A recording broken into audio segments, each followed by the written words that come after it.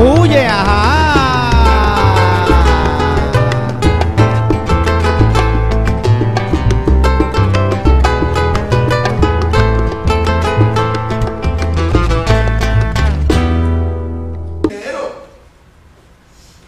Que aquel soldado soviético que se dejaba matar para que los nazis no entraran a Stalingrado, no lo hacía por amor a Stalin, lo hacía para que los nazis no le mataran a sus hijos y a sus esposas y a sus padres.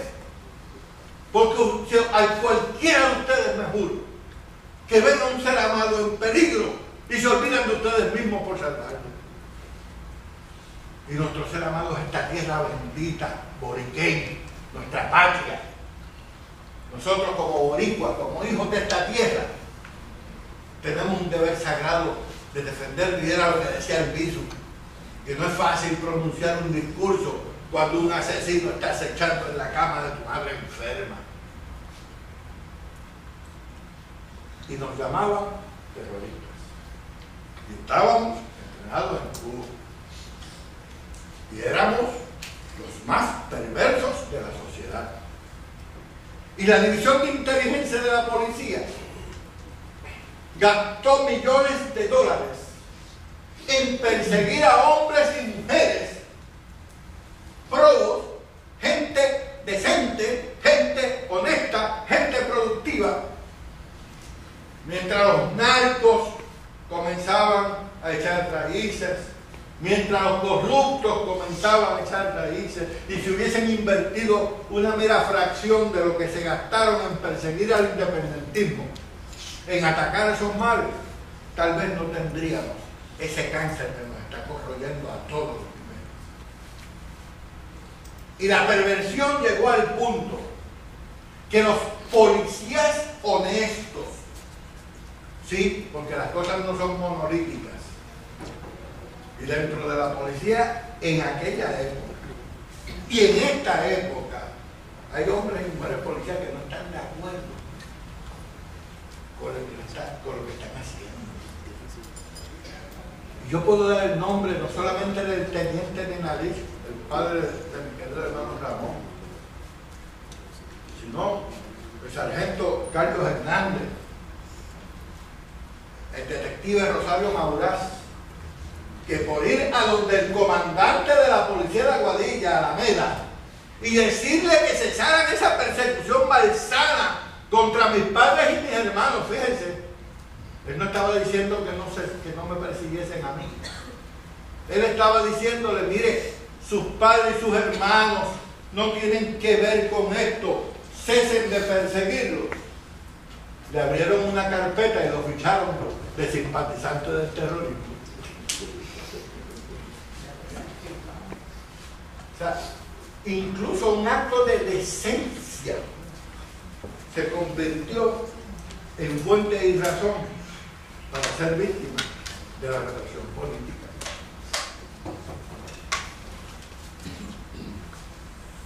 El 11 de marzo,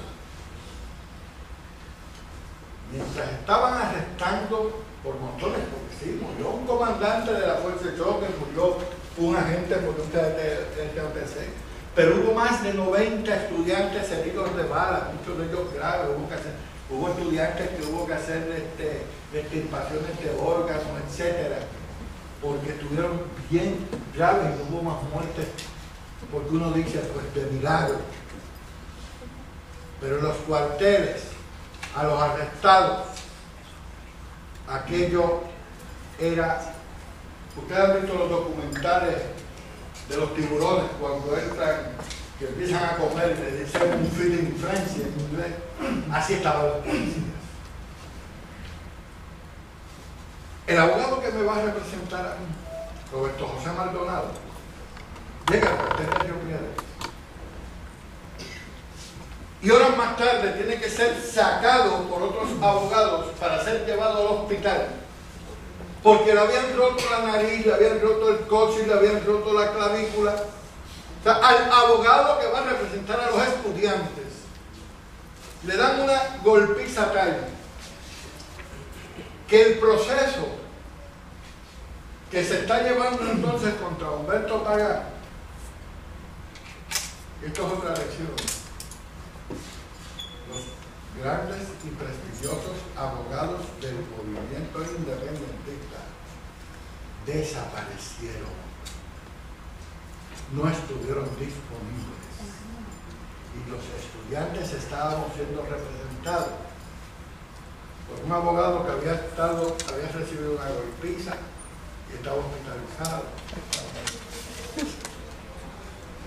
por un abogado recién graduado que lo que llevaba era apenas un año en su práctica legal, Manuel Moraza.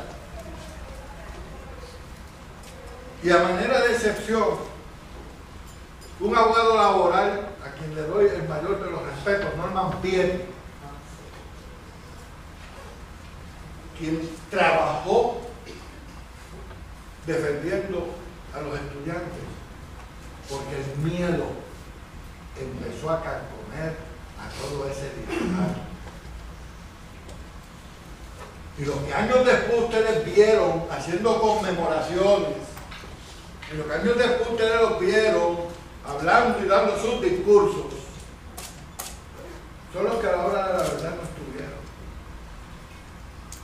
Son los que se han lucrado, son los que se han prestigiado.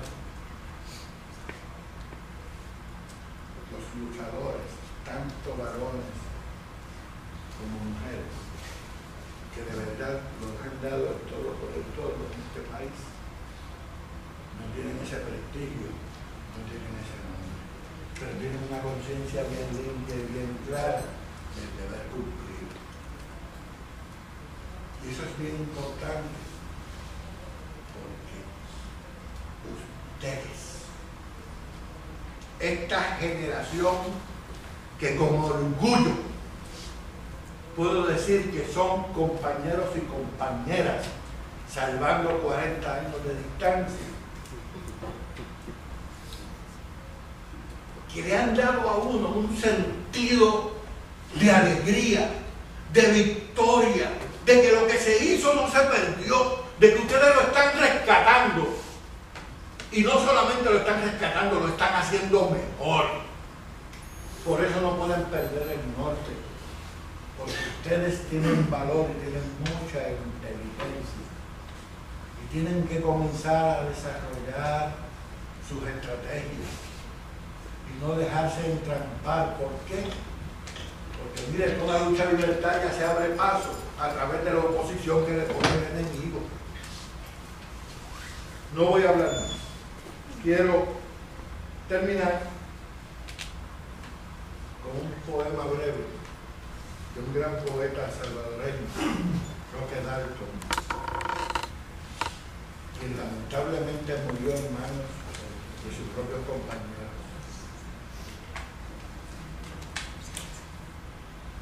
Él fue miembro del Ejército de Liberación Nacional en El Salvador, acusado falsamente de ser agente porque su padre era de origen norteamericano. Esa fue la única razón.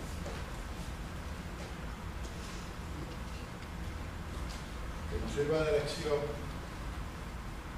cuando entregaron las carpetas.